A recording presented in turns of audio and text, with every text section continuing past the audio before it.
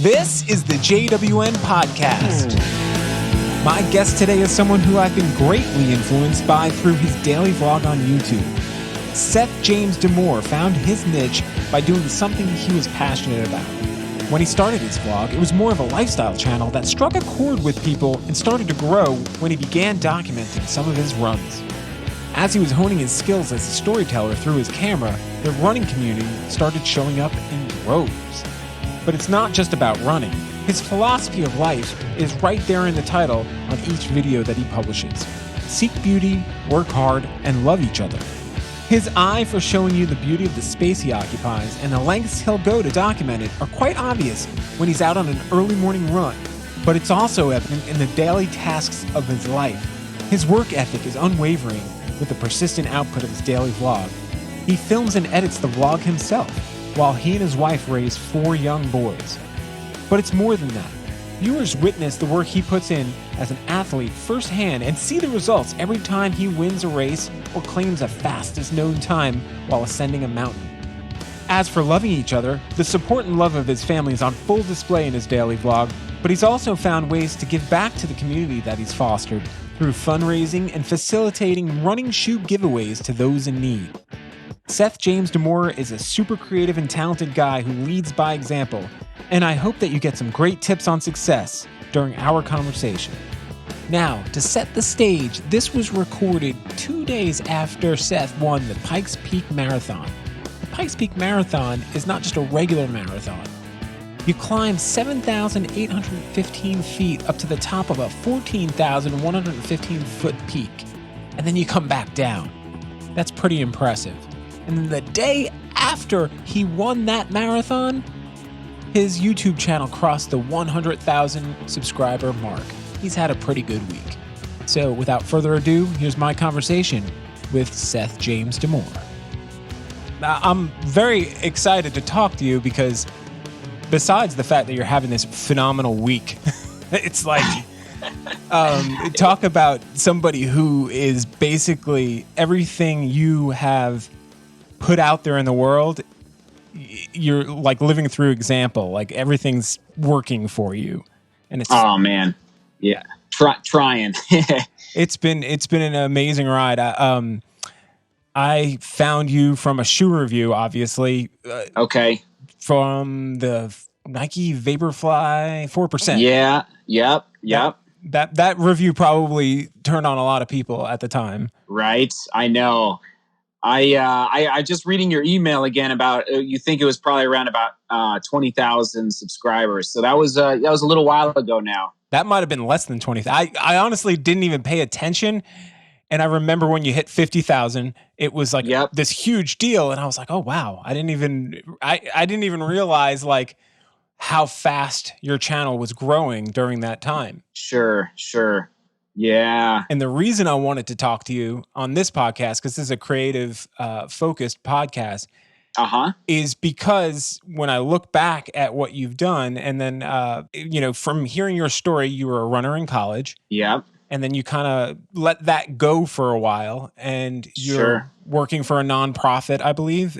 Yep. Is that how you got into filmmaking, or was that something? Yeah, no, I can tell you the whole story, and if you want me to dive in, I'm happy to do so. Let's do it. Okay. All right. Cool. Well, it actually connects to this past weekend with Pike's Peak, and my dad was there watching the finish, and so my dad has been a lifetime photographer. Like he's been taking pictures his whole life. And so did my grandfather. So did his dad. My grandfather. So actually I learned the art of, filmmaking, which is really, there's a lot of different ways to express it, but it's like framing the shots and what I say in the vlogs, figuring out how to seek beauty through the lens, through the camera. And it's amazing. Well, this day and age where, everyone has a camera on them every single day through their phone, but that doesn't necessarily mean they know how to, seek out the best picture or the best film with that phone. And so I feel pretty fortunate to have grown up back in the 90s when we didn't have, phones on our camera or cameras on our phones, and really, like, I used to take pictures with real film. Yeah, film was still king in the 90s. Right. And you had to send it off and get it developed, and you had to be patient, and then they sent it back to you. And so anyway, but it taught me really the artistic side of filmmaking, and how to frame a shot, and depth of field, and rule of thirds, and all these different components that goes into making great films. So that was really the start, was through my dad. Back when I was in 7th grade, I got my first 35 millimeter camera. Wow. Yeah, and it's obvious in your vlog that you take a lot of pride in making the camera disappear for parts of it, but then you'll break down the fourth wall every once in a while. Yep. But there's the parts where you forget, like you'll have a camera hidden in the fridge. Sure. Or in a right. locker. You know what I'm saying? And you think about like the amount of planning that has to go into each of these shots, that as a viewer, you're just telling this story and it quickly goes by, and you don't realize, hey, like that whole sequence was a lot of work. Right. Double the amount of time from what you're over double the amount of time that is actually, filmed. Yeah. Just to set up the shot. And oh my goodness, I've learned a lot with respect to what makes a shot work. And it's changed even since, YouTube. Like, oh my goodness, things have evolved so quickly in digital online video that you have to really learn the space to capture an audience. And so, I appreciate you noticing that. Yeah, well, it's definitely, it's interesting because you started your vlog, as far as I can tell, as just a personal family vlog. Yep. And then did you get back into running during that time? Yeah. Because it feels like you start seeing, if you look into the back catalog of your daily vlog, you start seeing sprinklings of, here's a race here, here's you going on a trail or up a mountain. Right. And then it starts somewhat slowly, and then all of a sudden the focus changes completely. Sure. But you never lose the family aspect of it. And that's kind of weird, ropes in this daily vlog when you're like, my wife is like, how can you watch somebody talk about shoes every day? I'm like, it's not really all about shoes. Yeah. Oh my goodness. Well, I try to strike a balance, and it's that process of figuring out, what are your longer term goals. And with YouTube and starting the vlog, and just always being passionate about storytelling, and using cameras, and now with YouTube, when I started going daily about 4.5 years ago, it was like you said, it was a family vlog, but also a way to express myself. Mm-hmm. But then at the end of the day, as you know, you got to pay the bills. And so that's part of the process of learning YouTube, and figuring what's a lot of people know now is niching down. So you find the audience within a platform that is actually, really passionate in one topic, maybe two topics at the most.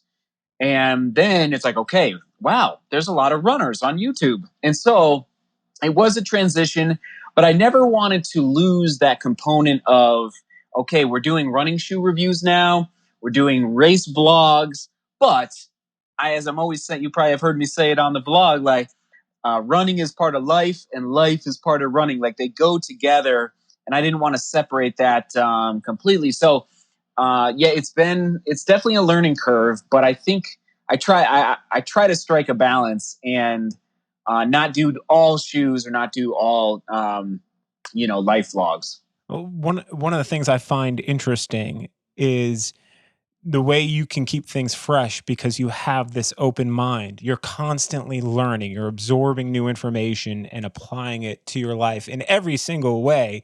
While your vlog is definitely running based, there's also a technology aspect to it. I know you're not a technology person, but as you get new cameras or a new drone or something along those lines, it adds to the storytelling. Mm-hmm.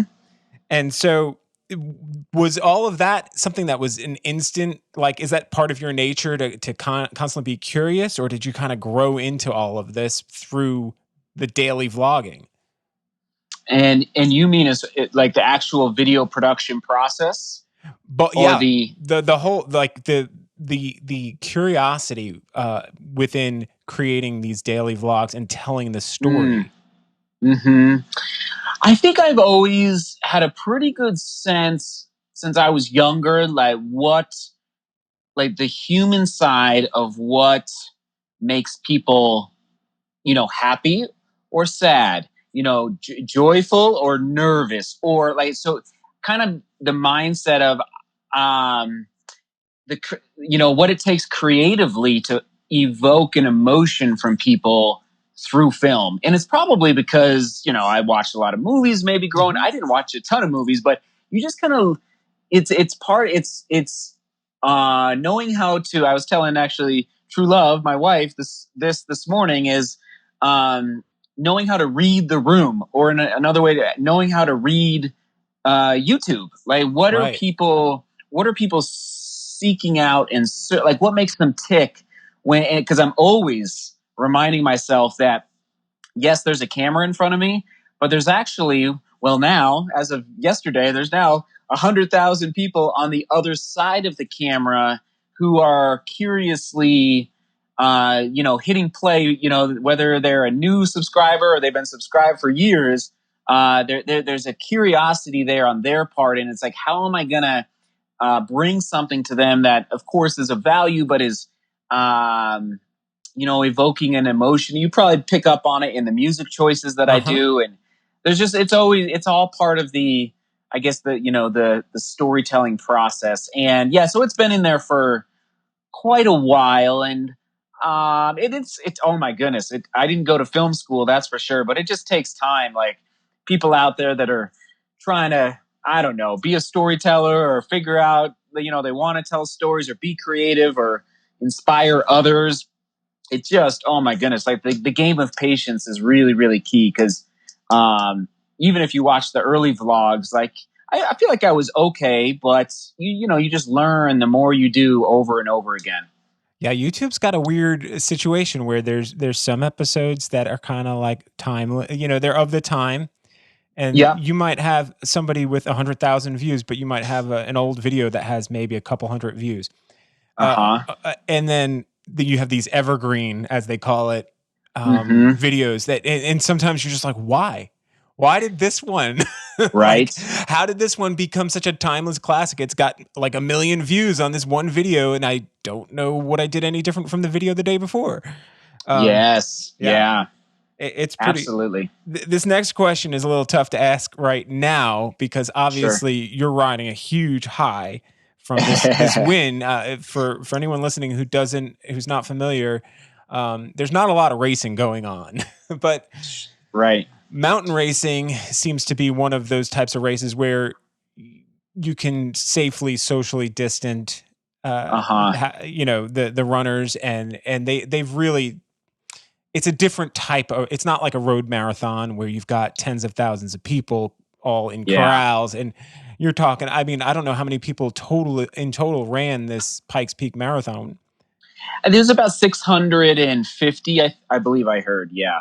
Yeah, and then when you watch the starting line, it's like 10 people go, and then, like, Right. 30, 40 Right. seconds later, another 10 people goes. I mean, I imagine there were people just in their first couple of miles when you're crossing the finish line.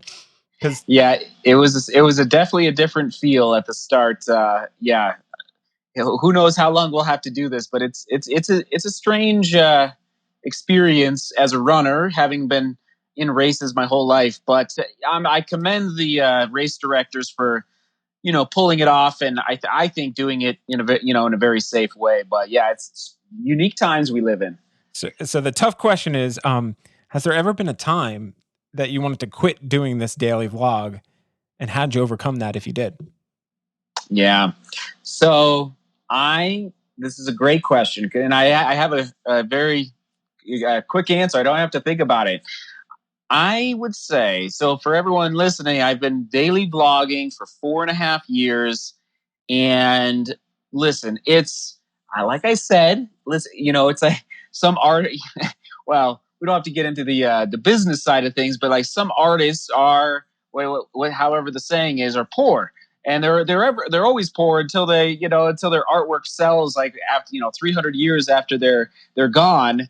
And so I look at YouTube as a artistic expression.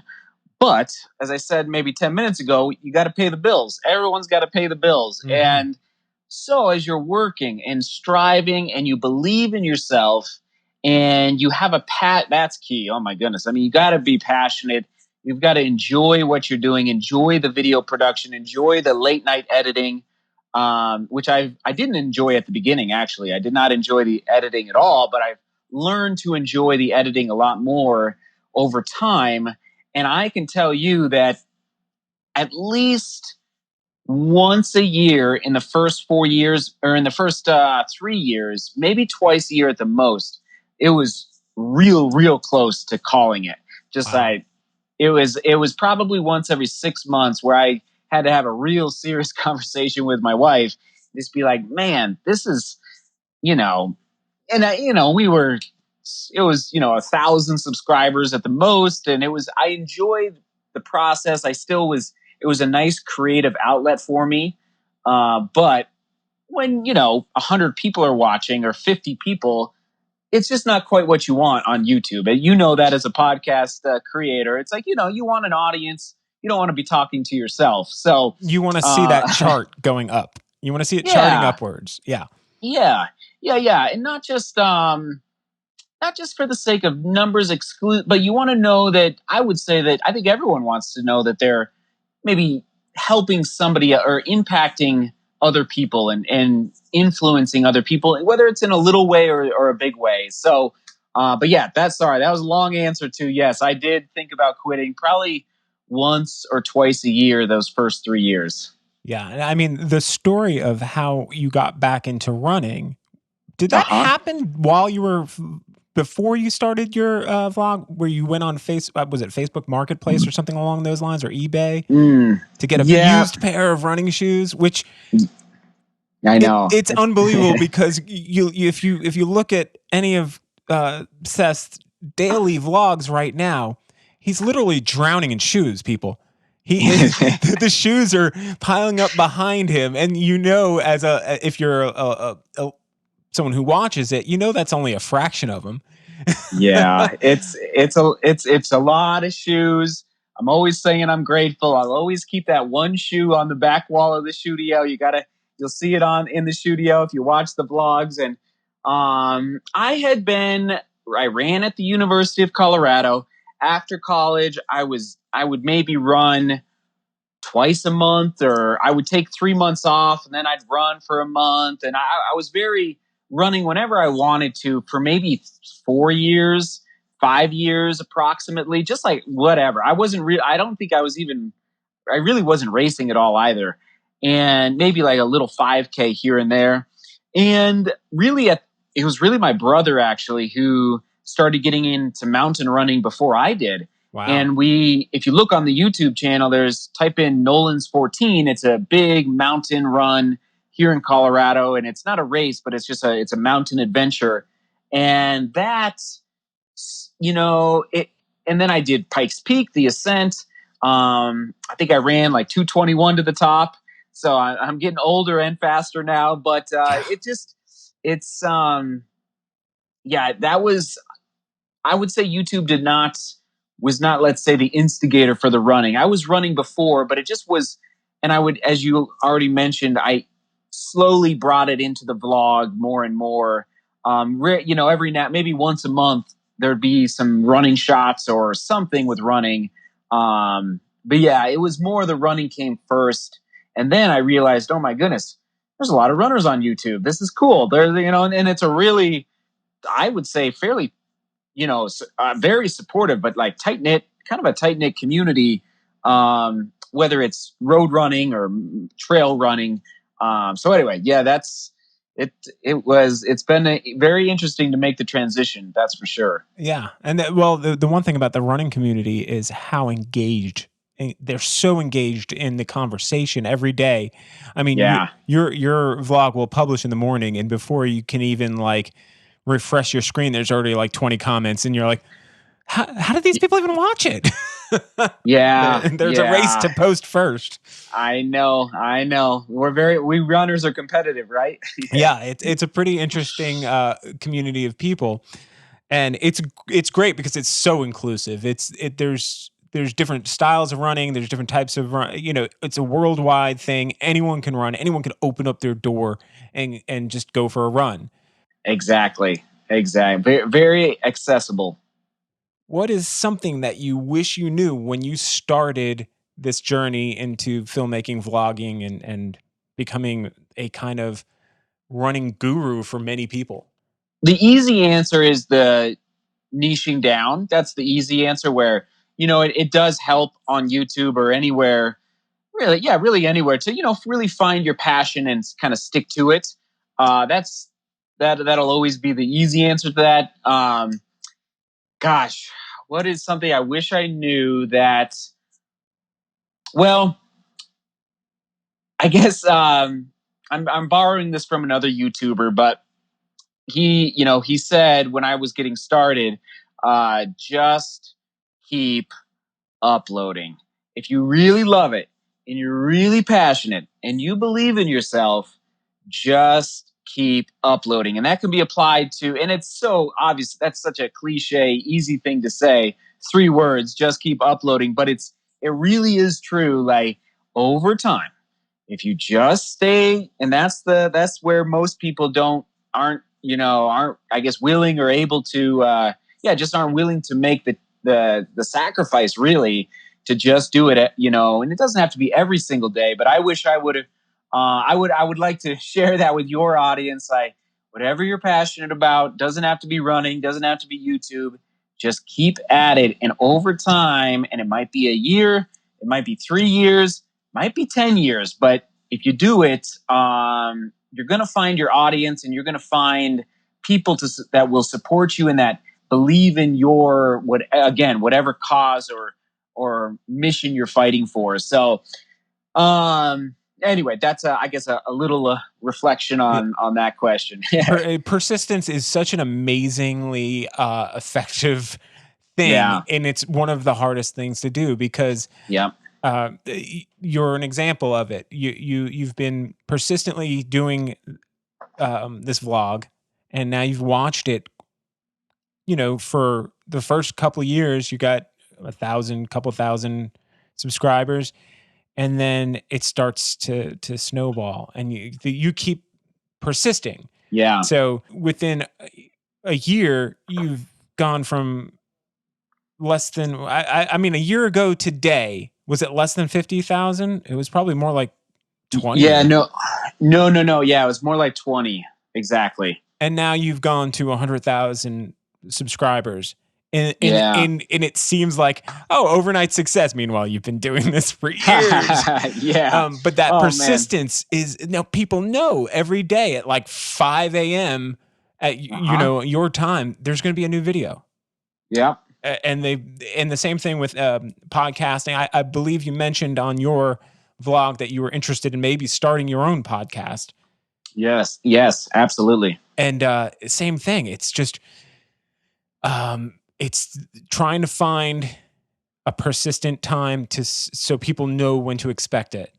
Yeah. And then people are so habitual, and if they can depend on you for that, then everything else will start to follow.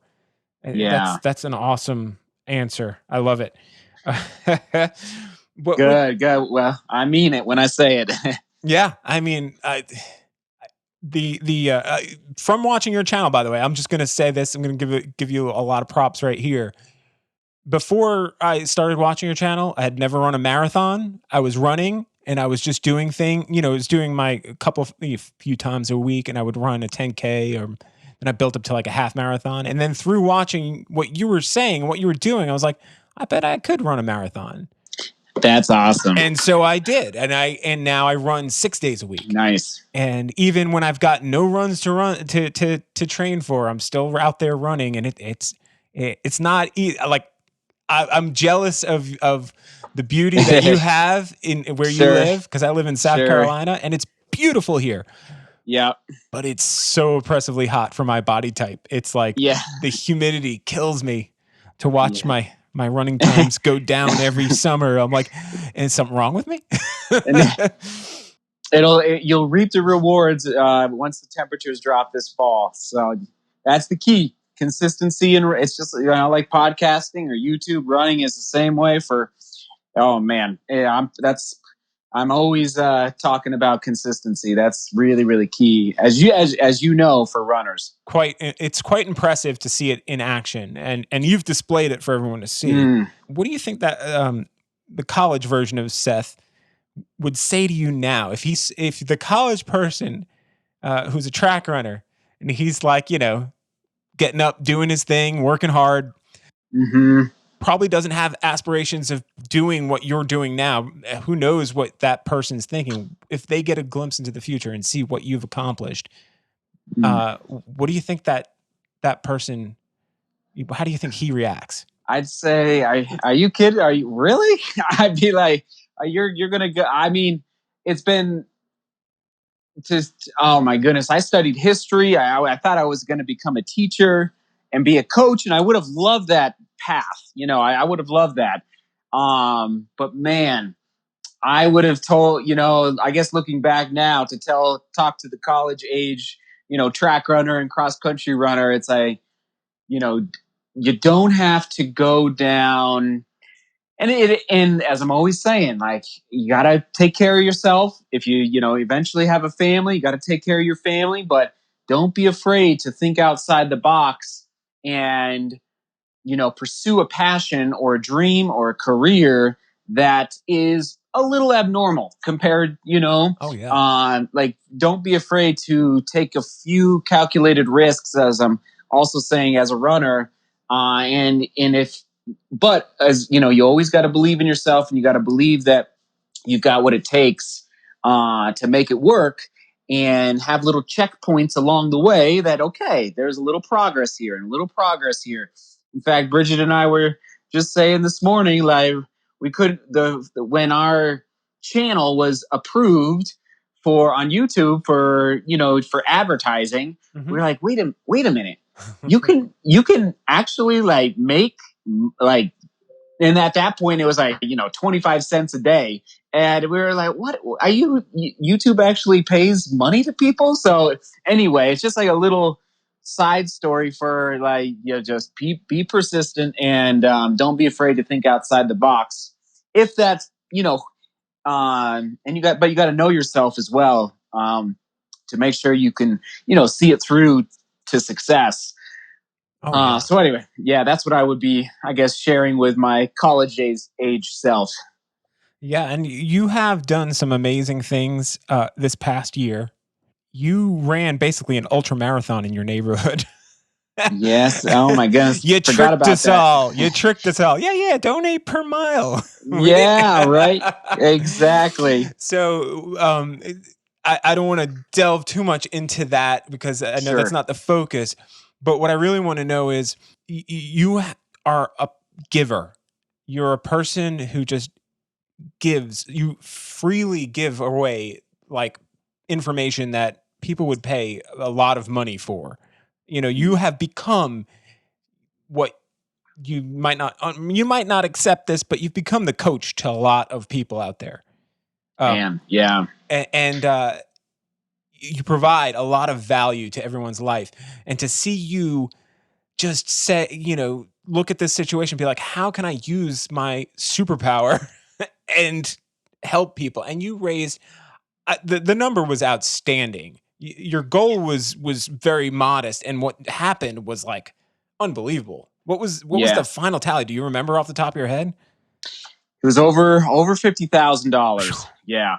So for the quick story is that when the pandemic hit, everyone would lost their jobs, and we weren't sure how everyone in the DGR global running family would pay their rent, and so we were going to do a run. Basically, I was going to go run, as many miles as I could to raise money for people who lost their jobs and like literally how they're going to pay their mortgage, how they're going to pay their rent. So we decided on $1,500 per family that went through the application process, and yeah, landed at $50,000. So a little over 50,000. That's amazing. And the beauty of it is you directly, it wasn't like you were donating to a fund where 90% of it was going to administrative costs and this, that, the other thing. Mm-hmm. No.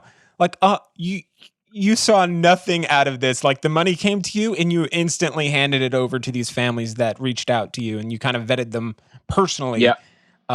It was such a wonderful display of what a community of people could do.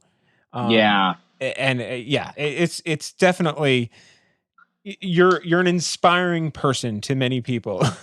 Well, to say the oh least. my goodness. Oh man. Well, I appreciate those words, and oh my goodness. I'll just leave it at that. I appreciate those words. Yeah, I sometimes I feel like I'm kind of like showering people with praise, but I want them to understand. I want the people listening that might not know, because I'm going towards. My podcast is for a lot of creatives, and this is the running is another passion of mine. So when these two things meet, I want people to understand, like, hey, all those things that we love about filmmaking or about music, it exists in sport as well. Because a lot of times, the jocks and the musicians didn't always get along in high school. You know what I'm saying? Sure, yeah. And no, it's a good point. But they share a lot of the same values, the same connections to people. Yeah. And you've displayed both just through your storytelling and through your running career.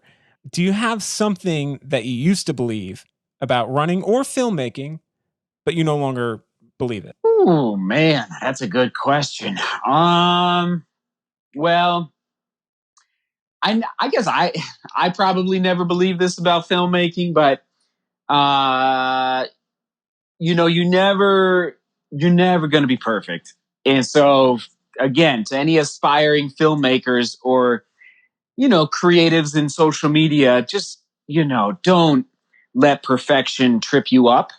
And I think that's actually a skill that, like, when you're being vulnerable, like you and your podcast, and you're sharing, and it's, you're going to mess up, you're going to trip over your words, there's things that happen. And same with YouTube and filmmaking, you really have to throw perfection, like, and that doesn't mean don't strive to do really, really well. So anyway, that's one point, is just let perfection kind of go out the window, even though we're always trying to, seek out our creative space with excellence. So, and it's just really important on YouTube. Like, if you go listen to some of the vlogs, oh my goodness, the audio is horrible. It's a really, really bad.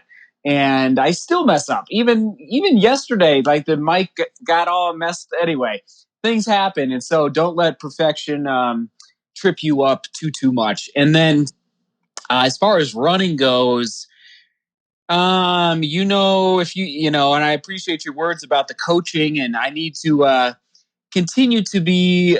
It's hard because as far as coaching people through YouTube, and I mean, I'm always saying, build that aerobic base first. It's going to be hard for me to ever get away from that, and I think, I've had some coaches that maybe emphasize speed training too much, and I probably bought into that early on in a training block. And so I'm, for any runners out there, I'm a big fan of Arthur Lydiard and his training philosophy. And just the bigger the aerobic base you can build, the higher the pyramid will be at the end of the training block. And I think the Pike Peak Marathon, was able to, confirm some of that. Yes, I guess it was a couple days ago at this point. So, those are a couple reflections for you there. Yeah, that's it. It's the idea of the perfection thing is so crippling to so many people in every walk of life. It's one of those things where people are so afraid to show something that they deem, look at what George Lucas did with Star Wars, He went back, Yeah. decades later, and he's still tinkering with it. People are like, leave it alone. We want to see Yeah. the we want to see the weird things that were of the time. We want to see the scars. Yeah, absolutely. Yeah, that humanity is part of what makes a lot of creative things, like a song that has maybe a bad note in it. It just makes it human. It kind of connects with people in a different way, in a visceral way. Like, oh, that person hit a bad note, but it still sounds right. Yeah, absolutely. If you're talking in the middle of a vlog and your mic gets caught up, we know what you're saying. Right. It It literally happened in the vlog that published today, but that's okay. Yeah, but if you were to stop and retake it, well, all of the energy that you were just putting into that delivery is now changed. It might be better, it might be worse, but it's different. Exactly. Yep. You can't the authenticity kind of goes away a little bit. Yep. Yeah, it's a wonderful message, and thank you for sharing that. Is there anything in your that you had to overcome that ended up opening a door for you during this journey? Man, wow. Well, I mean, oh gosh, there's probably a lot of ways to answer this. I mean, we kind of discussed one already. I kind of ruined that question when I brought up the charity run, but Yeah. No, that's a good. I would say, whenever, I mean, from a running perspective, whenever a runner gets an injury, that's a very challenging and very, as a runner, like you never want to get an injury. So I was trying, for everyone listening, to qualify for the Marathon Olympic Trials in Atlanta, Georgia last winter. And I ended up getting runner's knee, which is an injury. And so I was unable to run the Houston Marathon to qualify, give it one last shot to qualify. But what happened was I was able to go to Atlanta, film the race, and I think the channel grew in a big, big way because of the videos that I was able to make of that race in Atlanta. So it was, turning that negative situation of an injury into a positive, as far as growth on YouTube and, growing the audience beyond what was present before.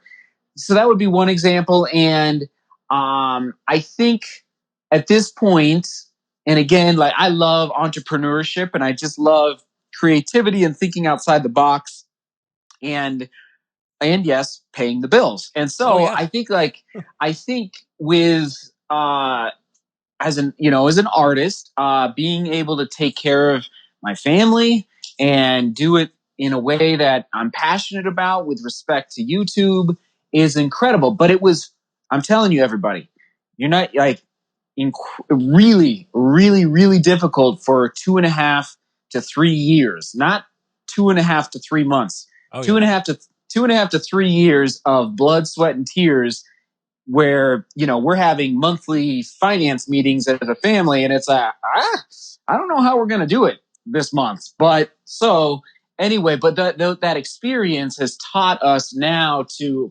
obviously be incredibly grateful but to be wise with, okay, do we buy this new camera to create more value for the running community on YouTube, or do we need to wait 3 more months to buy that camera? Which literally, but those lessons learned from early on in the YouTube space, we would not have that wisdom now if we wouldn't have gone through the challenges of 3 years ago. So anyway, those are a couple examples. It's a great question, and there's no better lesson on this earth than not failure, but just like really, really tough situations. Has YouTube become your main breadwinner for your family at this point? Yeah, That's it amazing. it has, and it's part of I would say a network of I'll just say revenue streams. But Mhm. yeah, so yep, it's part. It's it allows a family of 6 to not just survive but thrive and live, have a roof over our head and food on the table. So yeah, it's been. But again, it was was not the case 3.5 years ago. So for anyone listening that's, again, passionate, and you gotta have a game plan, but not be afraid to take calculated risks. And but a lot of a lot of people give up just before, or a little too early, before they actually reach success, to get to that point where, okay, we can pay the bills. So it's a fine balance, but yeah, we're very grateful that we can do it. I think it's darkest before dawn type of Yep. yeah, Yep. it's true in so many different aspects of life. I think like my daughter starting today was her first day of her sophomore year of college. Wow. Yeah. And actually, it might be her junior year. She's going to kill me if she hears this, and I just said that wrong. Oops. No, it's her junior year. The COVID is definitely making time act weird. Yeah, it's making me not realize how old I am now. Yeah, you're just getting older. No. But I know what she has ahead of her. Yeah. And I know, like, right when you start your career after school, those are some dark times as far as trying to, you're at the entry level no matter what you do. And you've got like this, you start seeing all of the, all of a sudden these debts are due, your student loans or your car or your rent and all these things. And you're like, how do people survive? Sure. And you make these sacrifices and you start to figure it out. And by the time you get to the point where it's actually working, you've overcome some really, really crazy things, and you've overcome a lot. Just from the fact that you started with a pair of shoes in your adult life that you bought used. Like, buying used running shoes is that's a sacrifice. Not always recommended, that's for sure. Yeah, when you look at that one pair of shoes and now you're like, wow, I regularly give people shoes. Like, it's another thing you do. Another one of your generous things is that you facilitate people redistributing their shoes. Something that you've gotten so big now that you can't even figure out how to do it. Oh my goodness, I know. And we're on that note, we're strategizing how to do it better. It's going to be a little process, but yeah. Oh my goodness, we could go on and on. It's just what do I always say? Work hard, like, and enjoy life. It's not always about work, but I do enjoy, with respect to YouTube and the running. It's very gratifying to put your mind to something and then accomplish that goal. So I appreciate you listening to the vlog and watching and finding it. Yeah, well, the mantra that you put forward, you live it, you breathe it, you teach by example, and the seek beauty, work hard, and love each other, and you do that in every aspect of what you're putting on display for people, and people can see the returns. Oh yeah, it's an amazing thing. I hope that not long from now you'll be like, oh, remember when we hit 100,000? You'll be like, it's 500,000, and then Well, yeah. I mean, gosh, the more we can, I think, spread that message of seek beauty, work hard, love each other, I think it'll be a better world, a better country, and just and better neighborhoods, and just everyone looking out for each other as best we can. And it's just those little action items that I think really can make a difference in people's lives. So that's why I say it, and strive. I won't say I'm perfect, but strive to live it out and communicate it through YouTube. So I'm glad. Happy to show it to you. And now your audience, and thanks to your audience, for obviously listening, and hopefully some of them will check out YouTube, and so I appreciate you, spreading the word about the channel as well. Hopefully you can see why I wanted to have you on here, because it's your message, what you've done, it applies to so many different people, not just runners, not just filmmakers, not just YouTubers. It's whatever you're doing in your life. If you can find these elements that we just talked about, the patience and perseverance, the giving back, and you're a humble guy. You're very, I'm saying, I don't think you've truly you've not let this get to your head. Oh man, yeah. To put it lightly, like you've done some great things, and the lessons can be learned in so many different aspects of our lives. And I'd like to just say thank you, and thank you for being on my podcast. Of course, Joseph. Thank you for having me, and let me share a little bit of my story, and we'll keep buttering that bread, as we say, right? Oh yeah, you're also a man of many good phrases too, and they're not forced. They're something that happens, like the butter my bread, and next thing you know, everyone's saying it. People are shouting it out at races. Oh my goodness, yeah. Oh man, I heard a lot of that on Pike's Peak a couple days ago. That's for sure. Oh yeah, and the first marathon that you ran, and then you're running in a group with Michael Butter. Oh my gosh, that might have cemented it. That cemented it. Once that happened, I couldn't get away from it. Awesome, man. Well, thanks for having me. All right, man. Thank you so much. And people can find you on YouTube, Seth James DeMoor. Yeah. Same thing with your social media, with your yeah. There's a Facebook group that people can join. They'll have to prove that they're worthy. Yes. You got to answer a couple questions, so you might have to watch a few vlogs first. Yeah, and then Instagram and Twitter, and I'll put links to those in the show notes. People can find you, and I wish you the best of luck going forward. And I mean, man, onwards and upwards, as you like to say, as well. Yeah, that's right. Onward and upward. We'll see you on YouTube, everybody. All right, man. Have a great one. Thank you. Thanks, Joseph.